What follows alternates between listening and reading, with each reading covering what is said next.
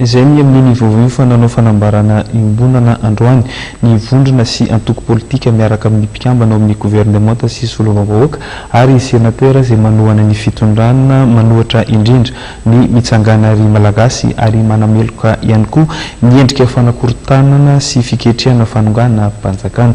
Volaravavy sy Tsirakotorso no mitatitra ny vaovao antsika. Antoko sy vondrona politika ampolony miaraka amin'ny mpikambana amin'ny gouvernemanta, solombavambahoaka ary sénateur maro anisa ary miaradia amin'ny fitondrana no miaraka namoaka fanambarana andraisana androany teny amin'ny Carleton Nanozy. Fanambarana izay nentina nanoerana ny mitsangana ary malagasy ary manameloka ny endrika fanakorontanana sy fieritreretana fanongana mpanjakana. Tsapa sy hita kosa ankehitriny fa misy ireo radiana mpanao politika izay manararaotra izany fahalalahana izany ka mitarika ny vahoaka sy ny firenena amin'ny lalany tsy fanarahan-dalàna. Manoloana izany rehetra izany dia mandray fanapahan-kevitra ireo vory voalaza etsy ambony ka hitsangana sy hiteny mba ho fitandrovana trano ny fahamarinana ny ara-dalàna ary ny firaisan-kina. Tsy aivina fa niatrika krisy politika maro ny firenena nandritra ny 50 taona izay nandasaka antsika tao anatin'ny fahantrana tanteraka. Tsaroantsika indrindra ny 5 taona farany izay niantrehana fitondrana tetezamita ka natonga ny Madagasikara voahilika teo anivon'ny fikambanana sy ny fivondronana iraisam-pirenena.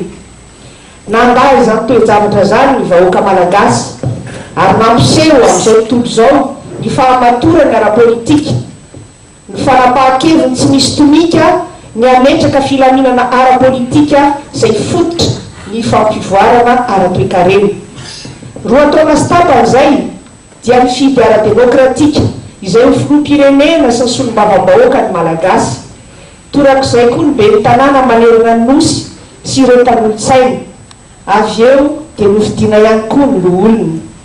Izany fandresena goavana teo amin'ny lafin'ny demokrasia izany izay ilain'ny firenena no tadiaviny ireo vitsy ankehitriny ho potehina.